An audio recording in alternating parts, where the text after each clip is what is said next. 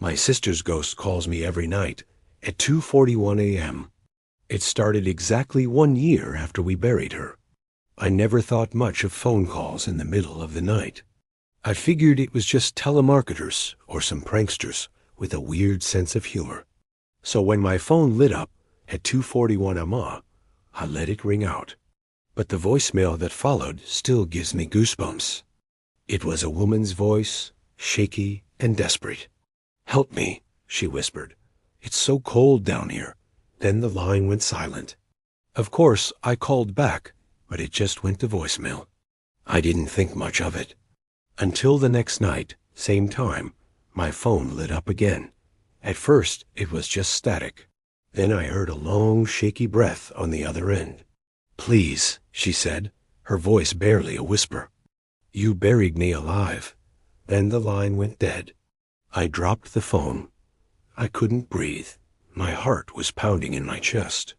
I tried to tell myself it was just a creepy prank call. But then I remembered no one else had access to that number.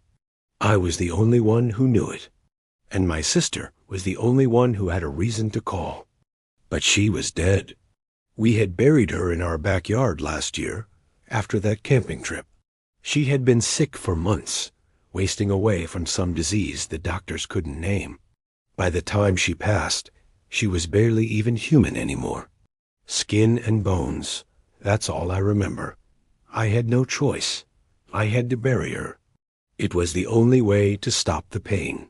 At least that's what I told myself. Because every night after that, I dream about her. Her skinless face, her bones scraping against the wood of the coffin.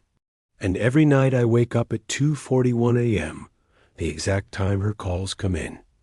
At first, her voice was weak and distant. I could barely make out what she was saying between the whispers and the static.